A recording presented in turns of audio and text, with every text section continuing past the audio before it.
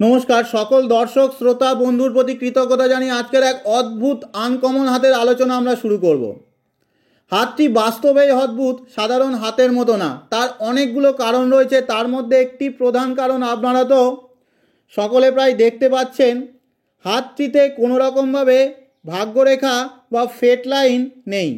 মহিলা হয়েও এই 32 বছর বয়সেই মাল্টিমিলিয়নিয়ার, কোটিপতি তো অবশ্যই। আপনার হাতে ভাগ্যরেখা থাকুক বা না থাকুক, এই বিশ্লেষণকে অবশ্যই দেখুন। ভাগ্যরেখা থাকলে কি সুবিধা অসুবিধা ভোগ করতে পারেন বা ভাগ্যরেখা না থাকলে কি হবে তা সম্পর্কে আমি বিশদভাবে আলোচনা করব। গুহ্য ক্রস বা মিস্টিক ক্রস নিয়ে অনেকের মনে খুব কনফিউশন। আমার সাথে যারা যোগাযোগ করেন, যে 3-4টে প্রশ্ন সবথেকে বেশি শুনি, তার মধ্যে একটি হলো গুহ্য ক্রস হাতে রয়েছে তবুও টাকা নেই কেন। এছাড়াও হাতের মধ্যে প্রধান রেখা বা মেন লাইনের গুরুত্ব কতটা। অনেকেই বলেন ফিস সাইন তো রয়েছে, কিন্তু ফিসটা উল্টো বলে মনে হচ্ছে, এর ফল কি হয়। এছাড়াও আরও অনেক হস্তরেখার গুপ্ত জ্ঞান আপনাদের সামনে তুলে ধরবো। আশা করি আপনারা এই ভিডিওটা থেকে শেখার অনেক কিছু পাবেন। মূলত কর্ম, অর্থ, আয়, উন্নতি, সম্পত্তি যোগকে ফোকাসে নিয়ে আমরা আজকে আলোচনা শুরু করব। প্রথম যে আনকমন জিনিসটা, সেটা হলো এই হাতটির গঠন। হাতটিকে মহিলার হাত বলে মনে হবে না। কারণ হলো বেশ বড়, চওড়া, মাংসল, রিস্ট বেশ মোটা, 100% স্কোয়ার শেপের পাম। হাতটির নিচে শাখা না দেখলে হাতটিকে যে কেউ পুরুষ মানুষের হাত বলে ভুল করে ফেলবে। এই ধরনের মহিলারা শারীরিক পরিশ্রমে পুরুষদের থেকে কোনো অংশে কম যায় না। অক্লান্তভাবে দীর্ঘক্ষণ টানা কাজ করে যায়, কোনো টায়ার্ডনেস আসে না। মানসিকভাবেও নিজেকে দুর্বল ভাবার মানসিকতা এদের নেই। কি কাজ করতে হবে একবার জেনে গেলে তা সম্পূর্ণ করার জন্য দিবারাত্র পরিশ্রমে লেগে যায়। শেষ করে তবে এরা স্বস্তির নিঃশ্বাস ফেলে। হাতটির মধ্যে ভালোভাবে লক্ষ্য করুন, রেখা খুব কম। যাদের হাতে রেখা খুব কম থাকে তাদের হাতে ছোট হালকা রেখা অন্যান্যদের থেকে অনেক বেশি ফল দেয়।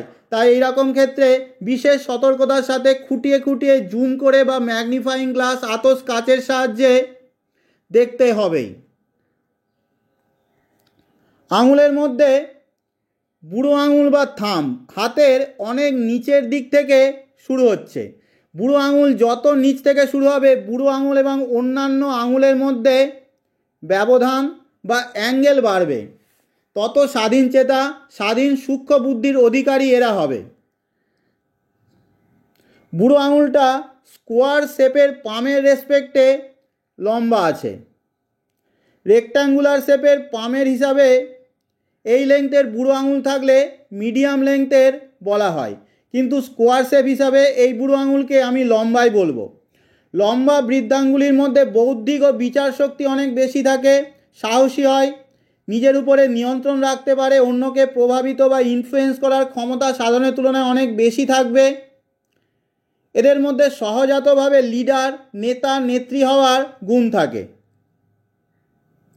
বৃদ্ধাঙ্গুলির এই মাথাতে একটু চাপ দিলে, যদি না হেলে, একদম স্ট্রেট বা খাড়া থাকে, এই বৃদ্ধাঙ্গুলিকে স্টিফ বা অনমনীয় বৃদ্ধাঙ্গুলি বলা হয়।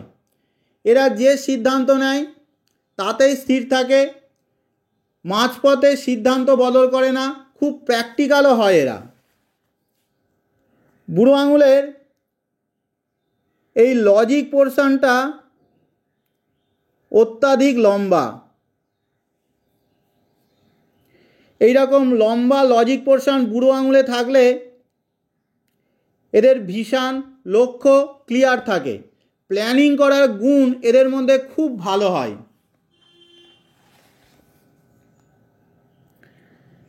আঙুলগুলোর মধ্যে আমার চোখে যে আঙুলটা পড়ছে তা হলো প্রচণ্ড শক্তিশালী এই কনিষ্ঠ আঙুল বা লিটল ফিঙ্গার, অর্থাৎ বুধের আঙুল। তার কারণ হলো কতটা চওড়া, পুরু এই আঙুলটা লক্ষ্য করুন। বাকি আঙুলগুলোর প্রায় সমান চওড়া এবং সমান পুরু এই কনিষ্ঠা বা বুধের আঙুল। বুধের আঙুলের দৈর্ঘ্য যথেষ্ট ভালো রয়েছে, অনামিকার তৃতীয় পর্ব পর্যন্ত পৌঁছে যাচ্ছে। আর কনিষ্ঠা আঙুলের এই তিনটে পর্বই একদম সমান দৈর্ঘ্যের।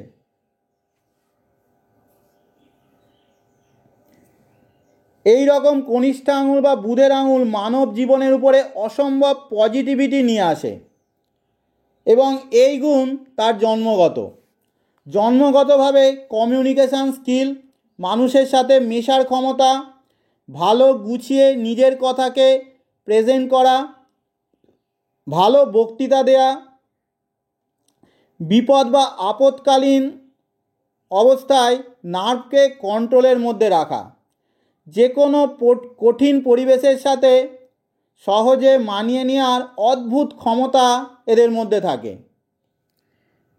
এইবারে গ্রহ পর্বতগুলো আমরা দেখব, তার জন্য অন্য ছবিতে চলে আসছি। আমরা আগেই দেখলাম যে বুধের আঙুল খুব শক্তিশালী, বুধের পর্বতও সমান শক্তিশালী, খুব বড়, ডেভেলপড, সুউচ্চ বুধ পর্বত এবং হাতের বাইরের দিকে একটা গোলাকার কার্ভ অবস্থায় বুধের পর্বত রয়েছে। বুধের পর্বতে অনেকগুলো লম্বা লম্বা উলম্ব রেখাও রয়েছে, বুধের গুণকে আরও বাড়াবে। আমার মত যদি জানতে চান, হাতটি হলো বুধ প্রভাবাধীন হাত। বুধ প্রভাবাধীন ব্যক্তিরা সর্বাপেক্ষা তাড়াতাড়ি কাজ করতে পারেন, খুব কর্মঠ হয়, আকর্ষণীয় ব্যক্তিত্ব, বিশ্লেষণ শক্তি, বিচক্ষণতা, বুদ্ধিমাত্রা অদ্ভুত থাকে, মিষ্টি কথা বলে, কথার দ্বারা সহজেই মানুষের উপরে প্রভাব বিস্তার করতে পারে।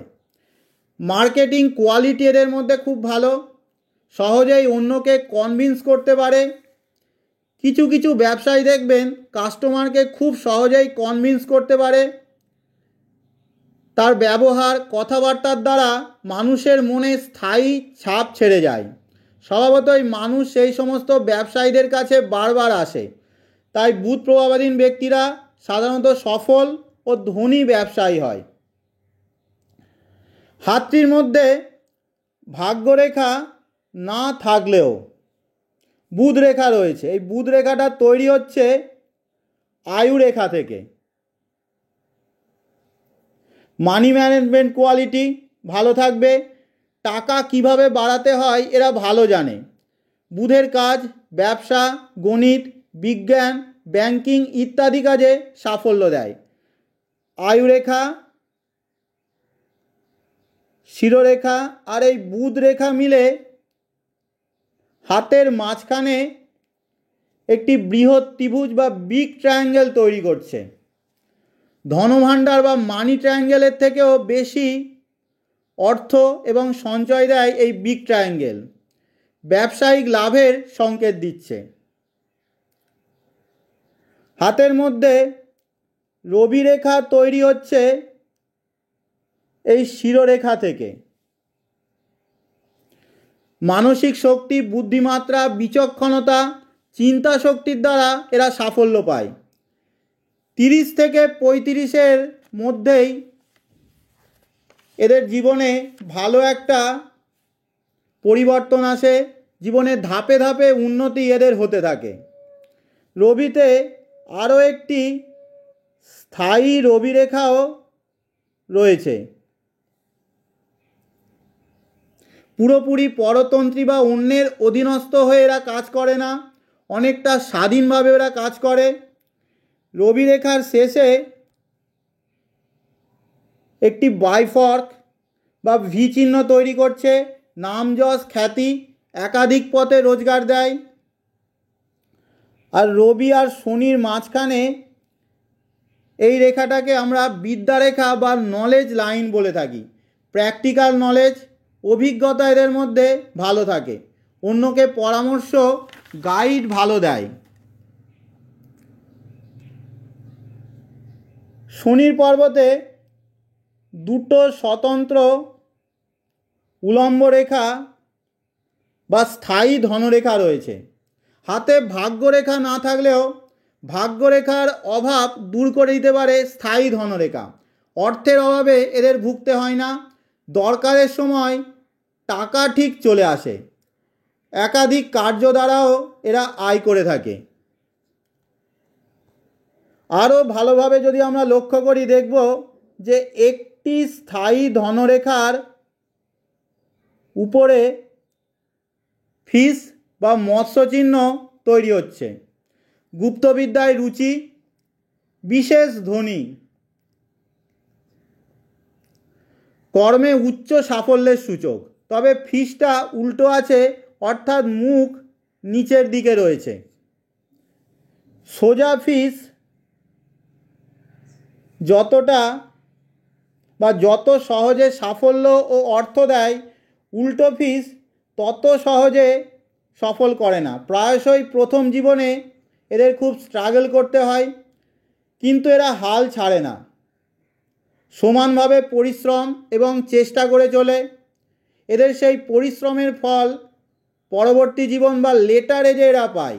অভিজ্ঞতা যত বাড়ে তত এদের হাতে টাকার ফ্লো বাড়তে থাকে। বৃহস্পতি পর্বত বেশ ডেভেলপড, অনেকটা জায়গা পেয়েছে। আমি যে জিনিসটা দেখাবো তা হলো এই বৃহস্পতি পর্বতের অ্যাপেক্স অর্থাৎ সেন্টারটা খুব ক্লিয়ার, স্পষ্ট, পর্বতের একদম মাঝামাঝি জায়গায় রয়েছে। অনেক বিপদ থেকে রক্ষা করবে। উচ্চাকাঙ্ক্ষা, গোল জীবনে বড় থাকবে, কর্মে স্যাটিসফ্যাকশান, বিবাহিত জীবনের জন্য ভালো। মহিলাদের হাতে এই রকম বড় বৃহস্পতি পর্বত থাকলে এরা রান্না করতে, খাওয়াতে খুব ভালোবাসে। তবে বিবাহিত জীবনে বিশেষ করে শ্বশুর বাড়ি থেকে কিছু সমস্যা এদের দেখা যায়। এরা যদি শ্বশুর বাড়িতে যৌথ ফ্যামিলিতে থাকে সেই সমস্যা আরও বাড়ে। তার কারণও আমি বলে দিচ্ছি। এদের মধ্যে অত্যাধিক বেশি গুণ থাকে। সংসার সামলানো, লিড করার, স্পষ্ট কথা বলার গুণ সহজাতভাবে এদের মধ্যে থাকে। শ্বশুরবাড়ির অন্যান্য মেম্বাররা সেটাকে ভালোভাবে ওপেন মাইন্ডেড নিতে পারে না। তবে যদি শ্বশুরবাড়ির মেম্বাররা ওপেন মাইন্ডেড হয়, সমস্যা অতটা গভীর হবে না।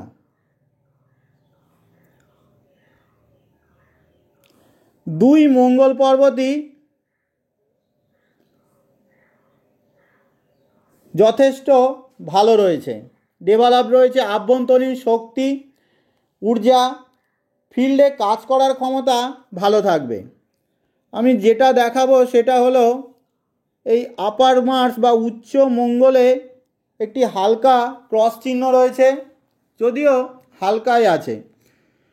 শত্রুর দ্বারা ক্ষতি হবে, জমিজমা, সম্পত্তিগত বিবাদ, লড়াই ঝগড়া, আইনত সমস্যা দিতে পারে। শুক্র পর্বত ঠিকঠাকই রয়েছে। শুক্র পর্বতে স্পষ্ট অনেকগুলো ঊর্ধ্বমুখী রেখা রয়েছে। পরিশ্রম যতটা করবে রেজাল্ট তার সমান বা বেশি পাবে। অপরচুনিটি, অন্যদের থেকে সাহায্য আসবে। চন্দ্র পর্বতটা কিন্তু দুর্বল আছে, বিশেষত এই নিচের অংশে মাংসল ভাব খুব কম, একদম ফ্ল্যাট। নেগেটিভ চিন্তাভাবনা, মনের মধ্যে অজ্ঞাত ভয়, কিছু নেই তাও মনে শান্তির অভাব, রাতে বারবার ঘুম ভেঙে যায়, সাবকনশাস মাইন্ডে ইনসিকিউরিটি তৈরি হয়। তবে যেহেতু হাতটা স্কোয়ার শেপের, বড় সাইজের মাংসল পাম, তাই নেগেটিভ চন্দ্রের কারণে খুব বেশি বিব্রত এনাকে করতে পারবে না। এইবারে মেন লাইনগুলোতে চলে আসব। প্রথমে দেখব হার্ট লাইন। হার্ট লাইন অর্থাৎ হৃদয় রেখায় কোনো রকম দোষ ত্রুটি নেই, খুব মোটাও না, নর্মাল। হার্ট লাইন এই শনির পর্বতের নিচে এসেই শেষ হয়ে যাচ্ছে। মানি মাইন্ডেড হয় এরা। জীবনে অর্থ, কেরিয়ারের গুরুত্ব এদের কাছে সর্বাধিক। নিজের লাভকে সব থেকে বেশি এরা বোঝে। কিছুটা হিডেন পার্সোনালিটিরও হয়। সিক্রেসি পছন্দ করে। মানি লাইন বা শিরোরেখার আলোচনাটা আমি শেষের দিকে করব। চলে আসছি আমরা আয়ুরেখা বা লাইফ লাইনে। এনার হাতের লাইফ লাইন বা আয়ুরেখাটাও স্পেশাল, আনকমন। আয়ুরেখা যদি কারোর হাতে এইরকম ওভারল্যাপ করে, অর্থাৎ একটা আয়ুরেখা শেষ হওয়ার আগেই হাতের এই বাইরের দিক থেকে আরও একটা আয়ুরেখা শুরু হয়ে যায়, যে বয়সের মধ্যে এই ওভারল্যাপটা থাকবে সেই বয়সের মধ্যে জীবন সম্পূর্ণ এদের বদলে যায়। আকস্মিক জীবনে বড় ট্রান্সফরমেশন, পজিটিভ পরিবর্তন আসে। আয়ুরেখা থেকে প্রায় 37-38 বছর বয়সে একটি ঊর্ধ্বমুখী রেখা উঠছে। হাতে রেখা কম, ছোট অফশুটও বড় ফল দিয়ে যাবে। তাই এই বয়সে, অর্থাৎ এই 37-38 বছর বয়সে কর্মে প্রসার, বিস্তার, আয় উন্নতি, সম্পত্তির যোগ তৈরি হবে। এইবারে আমরা ফেট লাইন বা ভাগ্যরেখার আলোচনাতে শুরু করব। হাতটিতে কোনো রকম ভাগ্যরেখা বা ফেট লাইন নেই। অনেকে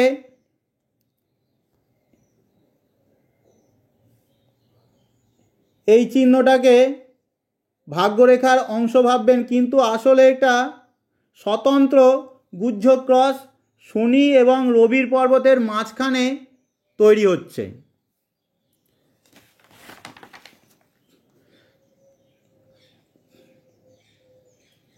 আপনারা অনেকেই ভাগ্যরেখার আমার বিভিন্ন ভিডিওতে কমেন্টে লেখেন, আমার হাতে কোনো ভাগ্যরেখা নেই, আমি কি তাহলে ভাগ্যহীন, কর্ম অর্থহীন থেকে যাব? হাতের 3টে প্রধান রেখা থাকে, হৃদয় রেখা, আয়ুরেখা আর শিরোরেখা। এদের মধ্যে একটি না থাকা অ্যাবনর্মাল, কিন্তু ভাগ্যরেখা বা ফেট লাইন হাতের কোনো প্রধান রেখা না। একে অক্সিলিয়ারি লাইন বা সাহায্যকারী রেখা বলা হয়। তাই ফেট লাইন না থাকা কোনো দোষের না। এই রেখাটার আসল নাম হলো শনি রেখা, কারণ এই রেখাটা শনি পর্বতের দিকে যায়। আমাদের সামুদ্রিক হস্তরেখার পুঁথিতে একে সব জায়গায় শনি রেখাই বলা হয়েছে, যদিও পরবর্তীকালে পাশ্চাত্যের হস্তরেখাবিদরা একে ফেট লাইন বা ভাগ্যরেখা বলতে থাকেন। সেই হিসাবে আমরাও একে ফেট লাইন, কেউ মানি লাইন, কেউ আবার লাক লাইনও বলে থাকি। এই শনি রেখা বা ভাগ্যরেখা বাস্তবে অপরচুনিটি বা সুযোগের রেখা। একটা নির্দিষ্ট দিক বা ডিরেকশান নির্দেশ করে। সেই পথে এগোলে অন্যদের আমরা সাহায্য পাই, জীবনে সাফল্য আসে। ফেট লাইন কিন্তু ডাইরেক্টলি অর্থের সাথে সম্পর্কযুক্ত না।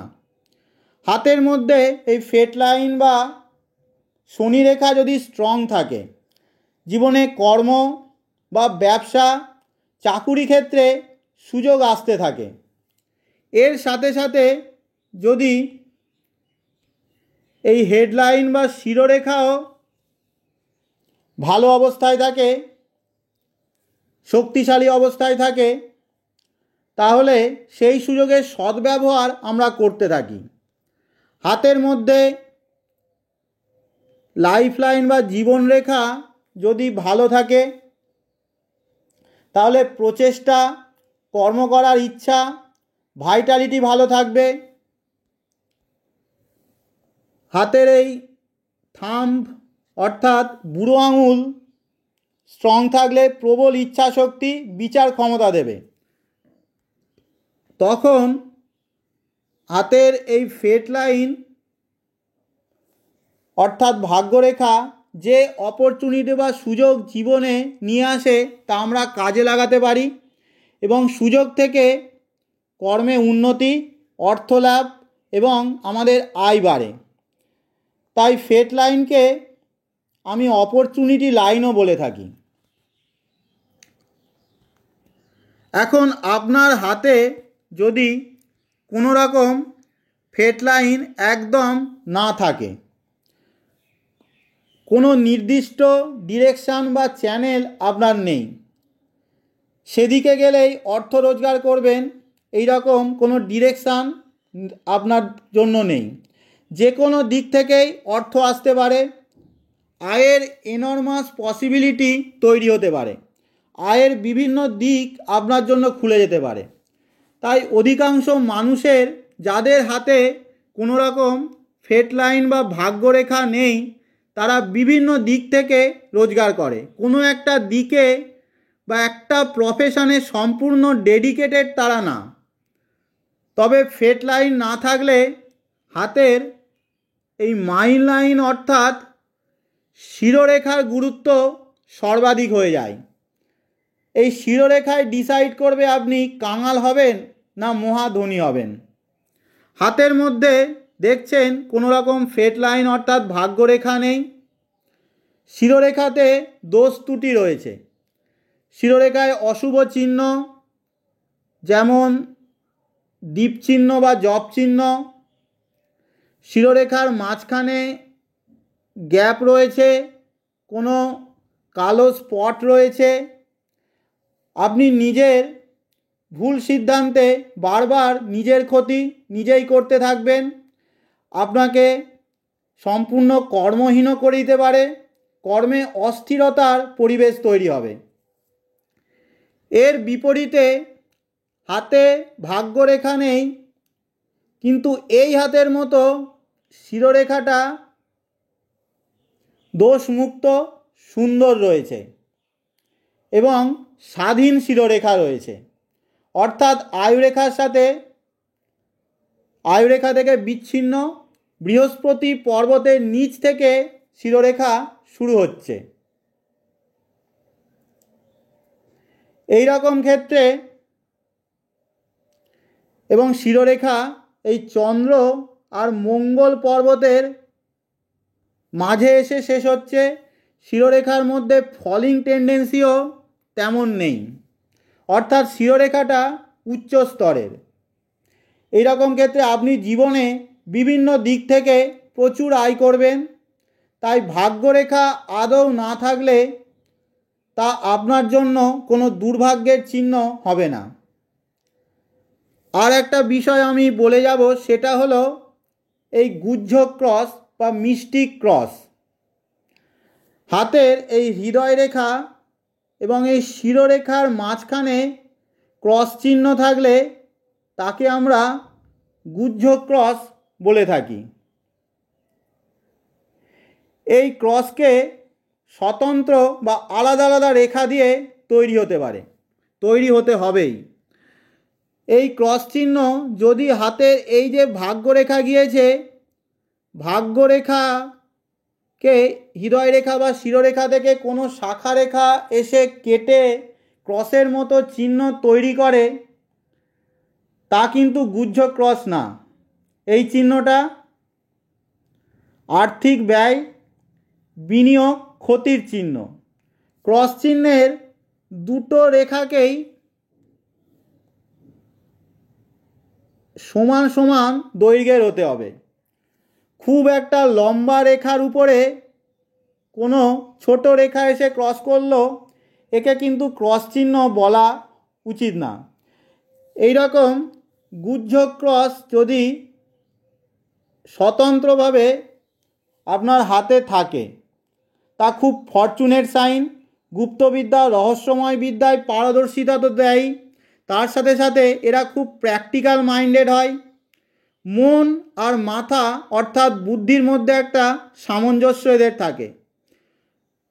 কখনো ভুল পথে এরা জীবনে যায় না, যে কাজে ফোকাস করে তা পেয়েই ছাড়ে। সাকসেসের সম্ভাবনা এদের খুব বেশি থাকে, খুব ডিসিপ্লিনড হয়, যেমন কথা এদের তেমন কাজ। এই সমস্ত বিশেষ কারণে এদের জীবনে প্রায় 30-35-এর পর বড় চেঞ্জ বা পরিবর্তন আসে এবং সফলতা চলে আসে। সকলকে ধন্যবাদ, নমস্কার।